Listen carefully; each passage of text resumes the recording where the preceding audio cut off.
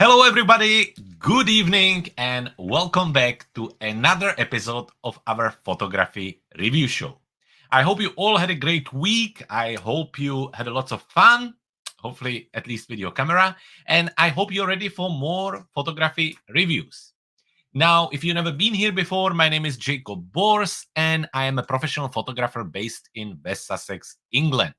Now, I've been doing this show for over 2 years now. I've been reviewing your photos once a week here on our YouTube channel, on our Facebook group, and also on our Facebook page. It's a lot of fun. It's always great to help you guys. And to start with, let's quickly jump through what we're going to do today.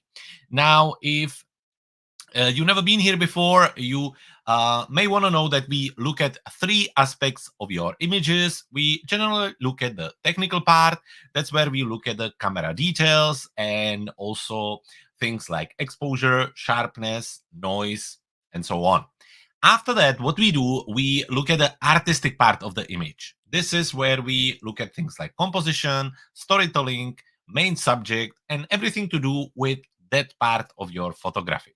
And finally, if we have extra time, we generally come back and try to do a little bit of photo editing. The software we use for the photo editing is Luminar Neo because our YouTube channel is all about Luminar Neo there. However, if you don't have Luminar Neo and you have another software, actually most of the edits I do can be done in this software too. So don't worry about it and just keep watching.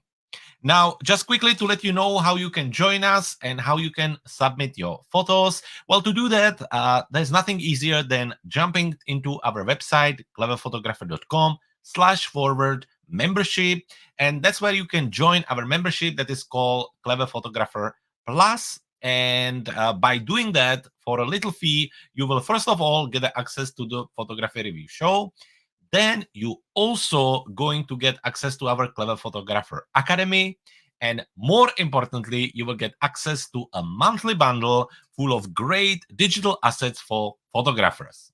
Now, this bundle is usually themed in a certain photography style, just like, for example, this month, our bundle is focusing on wildlife photography. And as a part of the bundle, you get something between 200 or 300 digital assets that include photography presets for Lightroom, Photoshop, and Luminar Neo. You also get LUTs that you can use on all sorts of photo editing and even video editing software. You also get overlays, textures, custom brushes, backgrounds, brushes for Lightroom, and so much more. So if you think about it, jump to our website, cleverphotographer.com/forward membership, and check it out there. Now, looking at our photos and looking into the comments, good evening to Zdeněk. Welcome and thank you very much for joining us tonight. Good evening for everyone who is watching live. And of course, also hello there to everyone who is watching this in replay. Thank you so much for joining us. Thank you for watching this show. And I hope you're going to enjoy. Now, without any further ado, we have about 6 here in UK. The weather has been pretty terrible today, but still I had plenty time to go through some images and I can't wait to see yours. So starting from the top, we're going to start with landscape photography, and this time we're going to look at images from Dona. So we have two images, both of them in similar style. So let me make sure that you can see me. Let's do that. Let's just make sure that you can see me and the screen, and that looks all good. Now, greetings to Vincent as well, or Vince. Thank you very much for joining us. It's great to have you here. I hope you're going to enjoy it. And let's continue. So this incredible capture with the birds in the foreground, beautiful colors, lovely blue over mood in the very nice panorama cinematic style is incredible. I love this image. So starting from the beginning, let's have a look at the camera details. Looking at it, Dona captured this image with Nikon Z6 Mark II with the camera lens, which was also Nikon 100 to 400 millimeters. Now, looking at the camera details and the way it was captured, the camera settings were ISO 250, 140 millimeters on your lens, and when it comes to f-stop, it was f11 and 0.6 seconds. So when it comes to camera settings, ISO 250 for this time of the day is, I think, more than acceptable. So that's all good there. F11 is a little bit higher. I would probably at this time of the day, and also looking for maybe a little faster shutter speed, I would probably go for a little lower, maybe somewhere around f9, because I think that it would still give you lots of sharpness there, but it's fine as well. And 0.6 seconds, well, looking at the shutter speed, this is where I'm quite interested in how sharp are the birds. So let's go ahead and zoom in. And actually, I have to say that except few, there is a little bit of movement there, but nothing crazy. I think that for the 0.6 second, it actually looks great. Now, of course, that this could be manipulated later on with the use of blending. So maybe the foreground part of the image has been captured with faster shutter speed, and then it was blended together with a long exposure on the water and on the background, which is perfectly fine. I just think that it looks great. The sharpness on the birds is great. The long exposure in the sky is great. It's just very, very nicely done. Which now brings us to the artistic part of the image. This is where we look at things like composition and the overall feel of the photo. And I have to say, it's incredible. I mean, this is the type of image you open and without going into too much details, zooming in, looking for noise and looking for sharpness, it just really looks very, very good. And this is a type of image. I, again, really enjoy the foreground created by the birds. What's great is also how the water is smooth. So that actually creates great contrast between the birds and between the smooth water. Then we have the kind of middle part, which divides the image into three parts. So we have a 1/3 of the birds and then 2/3 of the sky and the background. And I think together it works really, really well. I also enjoy the overall feel of the image. The colors match really nicely together. The blue overfill works well together. I think it's quite nicely edited. There's not anything of too much, and I think it just works. So Dona, great capture, definitely ready to be printed, put on your wall. I think it looks great, and I really, really like it. Now, looking at the second image, which I would say is probably from the same location, just with different style, more kind of zoomed in, cropped in image with really, really lovely results too. So it's obviously something a little bit different, but together it works really nicely as a series. So now let's have a look at it from camera settings here. Again, we are still with Nikon Z6 Mark II with the Nikon 100 to 400 millimeters. And when it comes to the camera settings for this image, we are actually on ISO 10,000, then 165 millimeters on the lens, and f6.3 and 1/800 of a second. Obviously, with that speed, you're going for the sharpness on the birds, which work pretty decent. I mean, what you're getting is mostly a dark silhouette, because when you really look at them, you can see the amount of noise on them, specifically on the upper part. If I zoom in even closer, you may be able to see it. There is a lot of color as well, grain noise. There's also a little bit of dark glow around them, which is somehow visible. But I mean, when you zoom in, it's not as visible. It's just when you zoom or when you zoom out, it's not as visible as when you zoom in. That's when you can see lots of artifacts around. This is really what happens when you try to capture the image in quite challenging light situation. Obviously, blue hour later on, low light situation, lots of movement, quite high dynamic range with the bright background and the dark foreground. I mean, in general, that's very, very tricky situation to capture. I think in overall, looking at the image, you end up quite well. I think it looks quite decent. Once again, if you don't start to zoom in and look for the mistakes. But the one thing that is probably for me the most obvious are some leftovers, maybe of the birds or of some other textures that are in the sky. You can kind of see it here and here, as well as here. This should be quite easy to remove, maybe using a little contain ever brush. Also, this part doesn't really look like it belongs there, and it could probably be quite easily removed with something as simple as clone and stamp tool. So let's do that. Since we're here, let's jump into edit module and let's zoom in on these little dark parts. So let's select them all. I keep zooming out, sorry for that. We're gonna go into the erase tool where we can use the brush just to select the areas we want to remove. So let's go ahead and select these dark dots. Now, at the same time, zoom out, double check if we have any more. We don't. So we can very simply click on erase, and the application just takes a second and removes them. After that, I also mentioned this part, which kind of looks unnaturally there. So to remove that, we can just go into the clone tool and sample part of the image. So let's say here, and then we can try to brush this part into the image. So let's have a look. Maybe we want to make our brush a little bit smaller.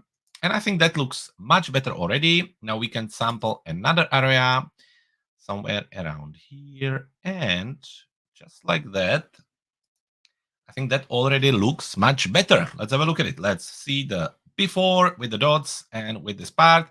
And after, I think that's much better. Now, I would play around with the sky even further, but I'm sure you're getting the idea. And other than that, I would leave it. It's very, very lovely. I mean, I applaud you, Dona, even just for trying to capture the image in this environment. I mean, 10,000 on ISO, movement, high shutter speed. I think it's a great adventure and well done for trying and for ending up with quite decent result. So, Dona, thank you very much for sending your images over. It's always my pleasure to review them for you. And if you have more images, make sure you send them next week again. Now, this will brings us to Elizabeth, but in the meantime, also greetings to Dick. It's great to see you. Thank you very much for joining us. We haven't seen your images yet, so give us a moment and we'll get to them so you are right on time. Now, moving to Elizabeth and her captures, let's start with this one right here. So what do we have? This is Canon RP with the Tamron 28 to 300 millimeters. And from the camera settings, ISO 200, f18, and 1/160th of a second. Now on the lens, you were on 46 millimeters. And looking at it, there is lots of this really almost like a miniature effect of that really heavy depth with that part being really soft, including the sky. And then you have the foreground element, which is standing out. Now, as a creative part, it's quite nicely done. There's nothing really wrong with it. However, looking at it, it does look a little bit unnatural. Now, from continuing from the technical part, the light is a little bit stronger, but as it kind of front light, it gives us quite nice, interesting light on the main subject. With some of the shadows and textures standing out, I think that's quite good too. The level of details on the main subject is really nice, so that's nicely done too.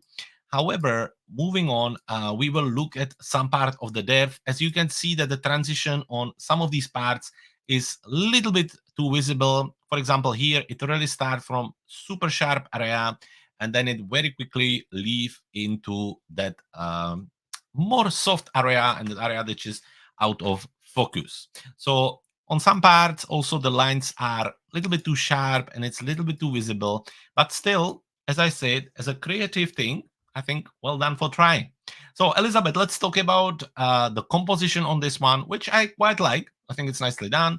I always ask myself if when I look at the image, I can immediately answer or find out what you're trying to show. And here it's clear, it's this structure right here, which obviously is the focal point of the image. It looks quite cool. One thing I think we missing is something that would help us to understand the scale of the subject or the element.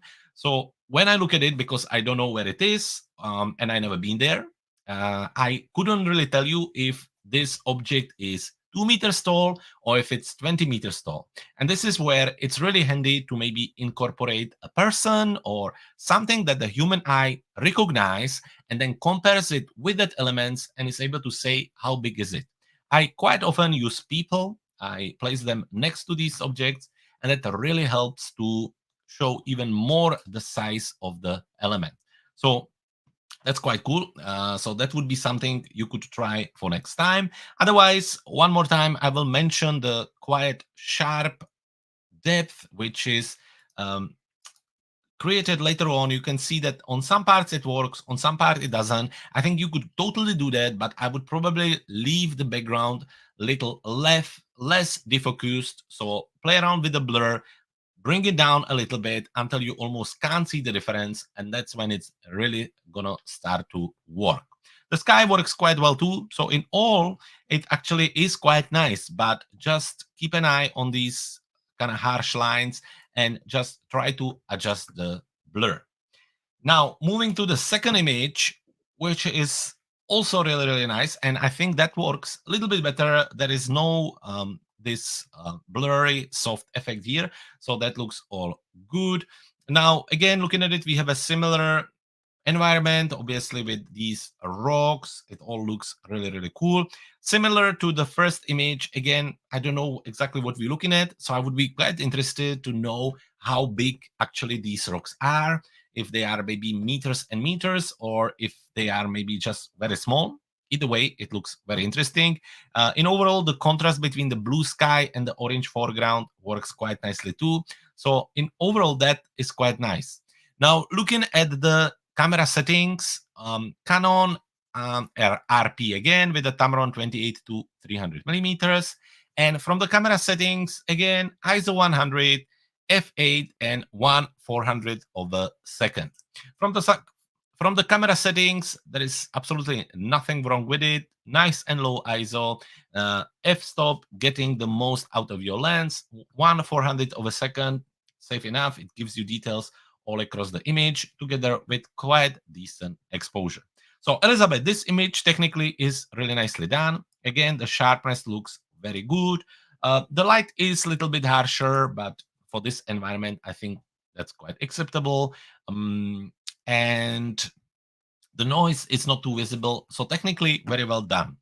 Now, artistic view of the image, I think, again, this will come to the point where I already mentioned in past, where you really want to include in your frame only things that in general helps to the overall composition. And when I look at it, I think there's lots of areas which are not necessarily, and they take lots of attention away from the main subject, which I assume is the area here.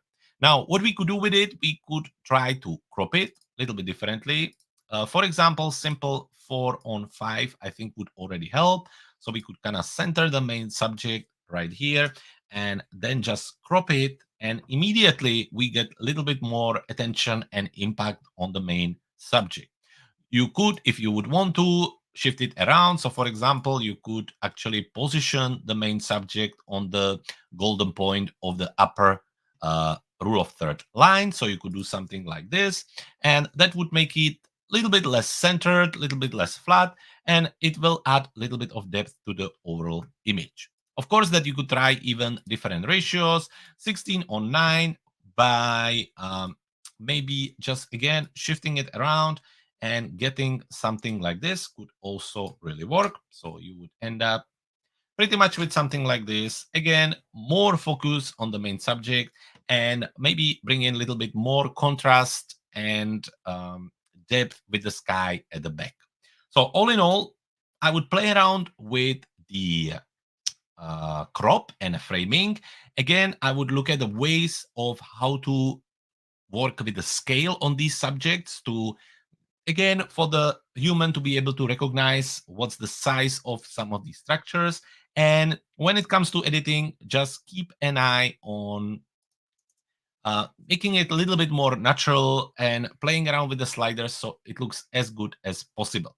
Now, when it comes to these heavy adjustments, there is one thing which always helps, and that's to basically edit the image and then leave it until the next day and then come back and look at it again. I over the years, I realized that when you keep looking at one image for too long, eventually you stop seeing the edits. So things like dodge and burn, these heavy adjustments like the like the blur here, white balance, saturation. These are good examples of edits that I think are worth to make. Then give it a break, maybe go for a walk and come back the next day, have a look at the image, and you will see that maybe some of them are a little bit too harsh. So that's a good tip on how to edit it. Moving to another photographer, Dick, it's your time to shine. So what do we have now? Looking into the comments, the portrait was shot with Samsung S22 Plus. Well, I'm looking forward to that. So let's jump to that. Dick, it's first we're gonna start with this lovely capture of the bird. So let's have a look at the camera details. Nikon D5300 with the camera lens 18 to 400 millimeters. Now, from the camera settings, we are on ISO 400, 400 millimeters, so really punched in and zoom in all the way, f8 on the f-stop, and 1/2000 of a second on shutter speed. Okay, so let's go through it. ISO 400 is perfectly fine for wildlife photography, which is in a movement. You go there. 400 millimeters, no problem there. f8, you need to know more about your lens, what kind of depth it gives you, so it's all good there. 1/2000 of a second, again, for moving bird, especially when you want to freeze the water, I think it's a good choice. Now, so in overall, the camera settings are correct. So now let's have a look at the image itself. The first thing I'm going to tell you, and I'm sure you will agree with me, if you could have taken the image again, you would wish that you would have the full top of the wing in a frame. I'm sure that you would love that. You know that it's really tight and it actually crops a little bit of the wing away. And now imagine you would want to print it. So then you would print it and you would have to put it in a mount. So you would actually lose even more of the bird. So that's a huge shame, but I understand it's not always easy. So don't worry. I'm not worried too much about it. Now, one thing with birds and wildlife photography, I always look for is the sharpness, because that's really the deciding point. If the sharpness is right, I think everything else will kind of give. Too much noise is okay, but the sharpness is really important. And actually looking at it, even though it's quite good, it's not 100% there yet. When you're looking around the head, you can see that it's tiny bit soft with a little bit of blur on it. In fact, when I look at it, the water almost looks a little bit more sharper than the head. And similarly on the wing, part of the wing looks sharper than the head as well. So, but it's just trial and error, trying and testing different things and just getting the best out of the camera and also by the situation. And I'm sure that if you're going to keep trying, you will get incredible results. So really, technically, when it comes to camera settings, I don't see anything wrong there. What I would practice for next time would be to make sure that the bird is in frame and to play around with the camera settings to find the best solution for how to zoom into the head or how to make sure that the bird is in focus as much as possible. So those would be the things. When it comes to edit and composition, I think for the composition, I really enjoy it. I love the frozen water. I really like the contrast of the water with the bird. I think it really helps to stand out. Yeah, I already told you about the framing and about the top of the image, where I think that it would be helpful if the full bird would be in the frame. But all in all, I think it's good. When it comes to editing, it's lovely natural edit, which again works very well for this type of photography. So all in all, congratulations, Dick, for trying. I think it's well done. It's a lovely bird. It looks amazing, very majestic. So now it's just practicing, nothing else. Moving to the mobile phone capture. Now looking at it. So yes, looking at the camera details, we can really only see that it was captured with the Samsung phone. When it comes to the camera settings on the phone, I'm not really too worried about them because they are a little bit specific for cameras on mobile rather than on the regular phones. So or regular cameras. So let's move straight to the image and let's have a look at it. Now the light is very interesting with the red coming from both sides. That's quite cool. With the light coming from here, I think that's nicely done too. Talking about the level of details, again, considering the fact that it's mobile phone, I think it's quite incredible. on the top of the fact that I think that maybe it was kind of lower light situation. So I think in overall that all looks quite good too. Um, there's not much visible noise on what I see, but the background is really dark, so that's probably as much as I would say on that. And really, in overall for mobile phone, I think it's incredible capture when it comes to the technical part. I think that's really, really good and very creative with the backlight, with the red coming from there. Well done. Now, talking about the composition, I think it's nicely done too. It's very smart way to place the head into that kind of lower part of the image, almost over the rule of third golden point. The light from the side, again, I think works really well to separate the person from the background. The line from the foreground creates a really nice effect, and both of the lights combined together work really nicely too. The overall, like a pose, I think works nicely. So in overall, Dig, I think well done. I think it's a lovely, lovely image. Again, knowing that it was captured on a phone, it's great. I'm always amazed by what the phones are able to do, and this is great example of it. So very creative, well done on the bird photo. Congratulations on that, and thank you very much for sending your pictures over. Thank you for being here. For the live show, and thank you for also writing a few comments. I'm glad that you agree. I mean, still, it's a great picture, so don't worry too much about it. Moving on, who just arrived? Tony, good evening to you too. Seeing in the comments, you came right on time because we are about to look at your images too. So let's jump straight to it. We have Tony with a mixture of autumn, almost macro photos, and also one piece of landscape photos. So let's start straight from there. Tony, looking at the camera details, Canon 50D with the 18 to 135 millimeters. Now from the camera settings, ISO 100, 18 millimeters, f13, and 1/60th of a second. So from the camera settings, nothing wrong there. ISO 100, spot on.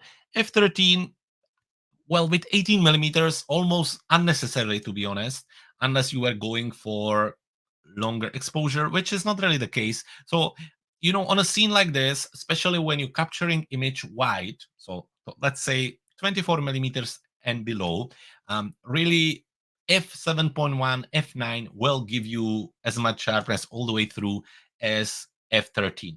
Now, I always feel that when you go over f11, and this will very much depends on the lens, it doesn't work like that for all the lenses. But I noticed over the last 2 years that when we go to f13, f16, and f20s, you will really notice that you will start to lose the crispiness of that image, the really nice details, the lovely sharpness. So even though you think that by having higher f-stop, you're getting more depth and everything will be in focus, often opposite is the true, especially with the really higher f-stops. So for a scene like this, as I say, f7.1, focusing somewhere on the center of the image, and you will really get the details all the way through. Other than that, it's all good. I like the fact that you have a texture in the sky. The water is quite nice with lots of texture in it, but it's not too crazy.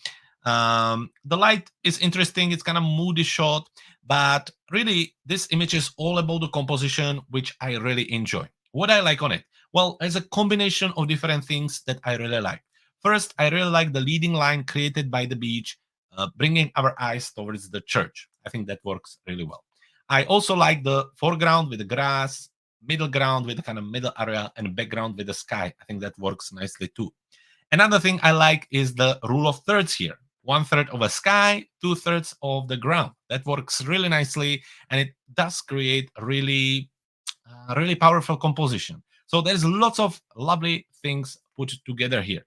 Now, looking at the image, and this is maybe with how it was exported, it's a shame that we see some artifacts in the sky together with a little bit of noise there. It's maybe, again, just by exporting the image, I don't know if you can see it, it almost looks like it's just a different pixel put together. So maybe you want to check that. Some areas I think are a little bit too dark for me. So I would check the black points and see from there where your maybe your histogram is, just to see if maybe some areas are just not over underexposed, and that would be about it. The rest I think is really nice, nicely put together, lovely scene, lots of lovely composition things put together. So well done, keep trying, and make sure that you send another landscape photo next time. In fact, let's take the image into the edit module and open the histogram, where we can see how much is on the black. And here we can actually click on this little circle, and looking at it, actually nothing is completely underexposed. So that's really cool. Let's have a look. If we jump into the blacks and shift them just a little bit, yeah, they start to come out eventually, but not yet. So maybe it's just my screen. Let me just make it a little bit brighter, and let's have a look again. Just keep an eye on it. Maybe open the shadows a little bit, and I'm sure that would help. So Tony, that was the landscape shot. Now let's move to your nature shots, or the macro shots. So this mushroom right here, lots of lovely details, lots of background at the back, the green, creating lovely contrast. Lovely composition with the center put together. Well done there. I also really enjoyed the light, by the way, on it. This is very nice as well. Although I wish that this one mushroom would find a way into the frame. I think that would be helpful. Or if it wouldn't be there at all, that would help as well. But in overall, it's a lovely, lovely picture with all the leaf, the contrast between the kind of pastel yellow warm of the washed out of the mushrooms with the browns, I think works really nicely too. This is also very lovely. I love the level of details.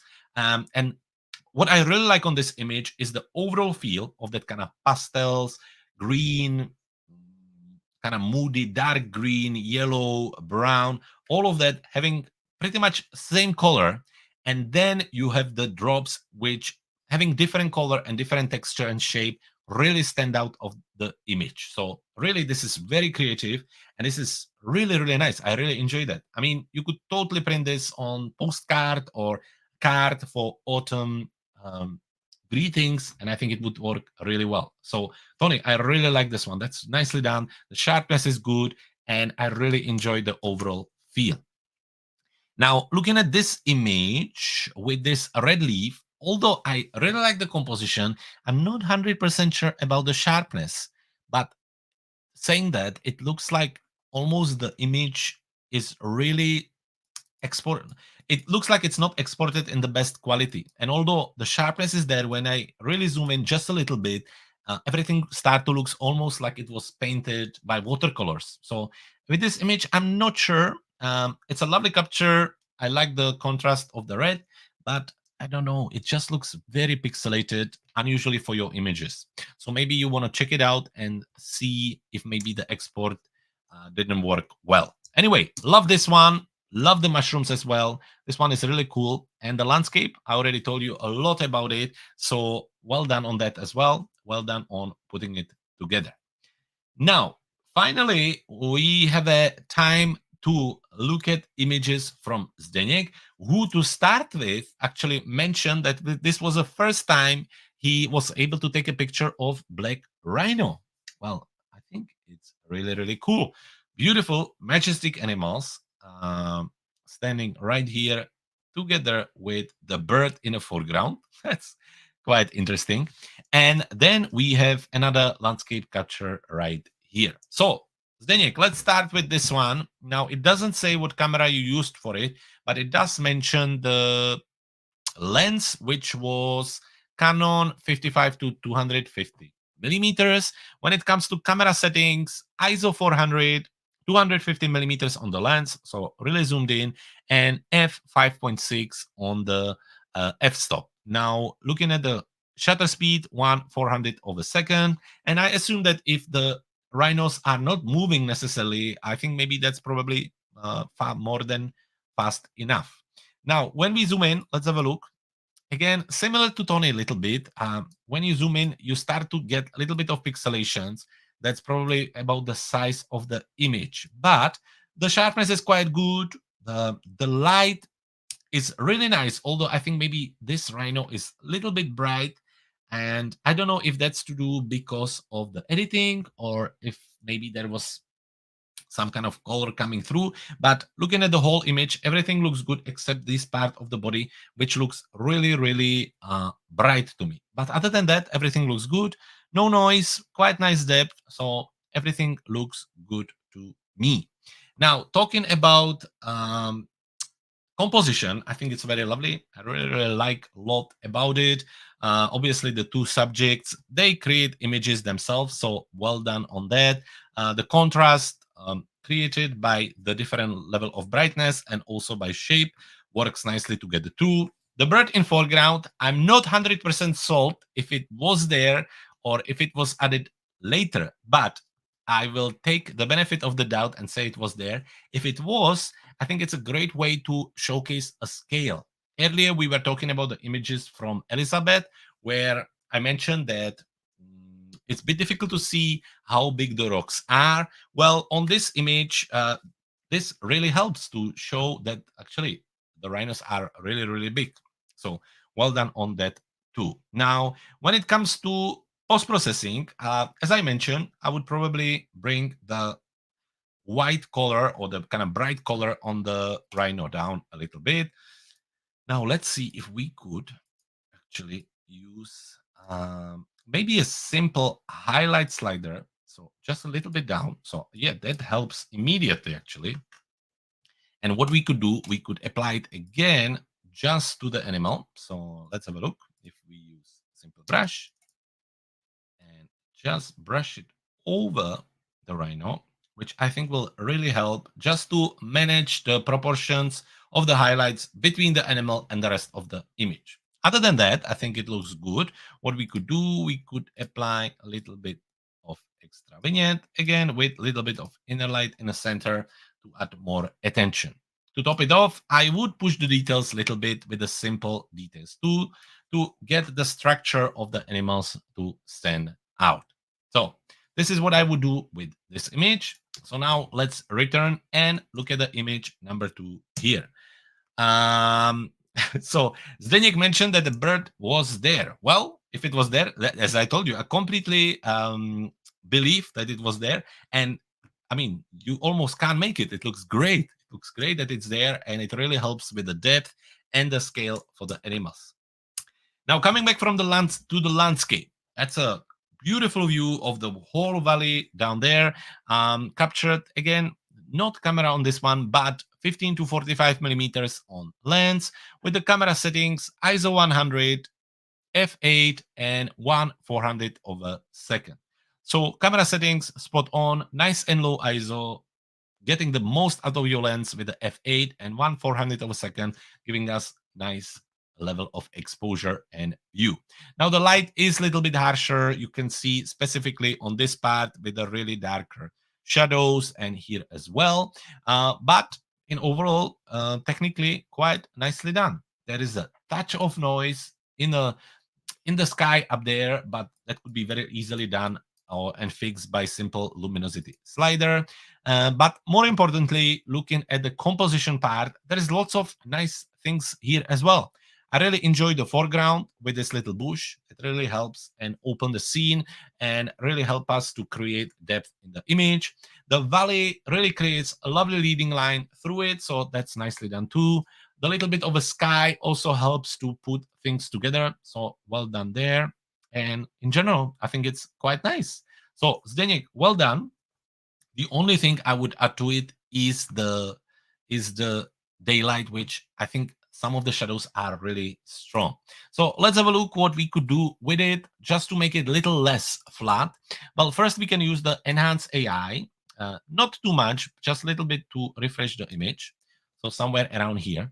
Now in Luminar Neo Enhance AI use AI, it scans the image and then it applies everything from exposure, contrast, highlights, shadows, black and white, saturation, everything together. It's like a crazy tool, which when it works really well.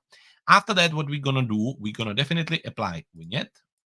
So somewhere around here with a little bit of inner light in the center, and we're gonna point it, let's say, towards here. I think that will help as well. Now, after that, what could we do? We're gonna bring the structure down a little bit because there's lots of texture standing out. So let's have a look at it. I think somewhere around here. And then I think in overall, we could actually bring the exposure down as well. So somewhere around here. With that being done, we can move to the creative section where we can apply a little bit of mystical tool, which I really, really enjoy using on landscape photos, and also a little bit of matte tool, which will help us to add a little bit of details and fade, especially in the darker areas. With that being done, let's also try to use little LUT to maybe color grade the image differently. Let's just see if any of the traditional ones. I really enjoy using Long Beach on my landscape pictures, but it would be completely up to you to see what you would prefer. Let's see if any of these would do a better job. I think perhaps the red trace is nice, but actually we're going to come back and we're going to use the Long Beach because I think that really helps the foreground to stand out and the background too. Now, all in all, I think that's quite nice. What we could do, we could add a little bit of brightness to our foreground bush here. So we can just gently paint on that. And if we look at the before, we can add a little bit more of it. So something like this. And that's about it. To finish it off, let's close the image a little bit more from the side here. So somewhere around here. And I think probably around here, back to adjustments. And I think that in overall will help to take the image and make it a little bit less flat. Now let's have a look at it before and after. And as you can see, it's already a little bit more. What I did basically by applying these local adjustments and little bit of edits here and there, I have add more depth. So where there is nothing necessarily wrong with your image to start with, everything pretty much has the same light, same texture, same level of sharpness, and same colors. Where once I apply these edits, I have created a vignette. So suddenly the edges are darker, the inside is brighter. Then I have applied a little bit of local adjustments and brightness to the bush. Then I have removed the structure and then just apply it locally with the enhanced AI. And to top it off, because I felt that on this side it's just a little bit too bright, I have closed it by adding little gradient with a dark area. So this is what I would do with this Zdenek, but again, it's your image. It's completely up to you or what you think will work best. And that's about it. Congratulations again on your black rhinos. They are beautiful, beautiful animals. I'm always super jealous to see what you're able to capture down there. In fact, I almost went in December. I don't think we would go to South Africa in general, but somewhere to that area. But actually, unfortunately, the trip got canceled. So maybe next time I will be able to take similar pictures as you. Now, moving on, folks, thank you very much for joining me. It was great to see your images and great to have you here with us on the live show. Now I'm back. For the next several weeks on Tuesday, 6 p.m. UK time.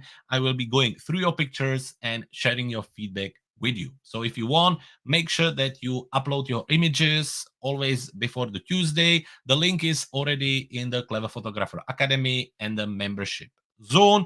And don't forget that if you want to join us and get a huge bundle of tools every month, join our membership at cleverphotographer.com/forward membership. Folks, have a lovely evening. Thank you again for coming. And I can't wait to see you next week back here on Clever Photographer YouTube channel, Facebook page, and Clever Photographer Academy.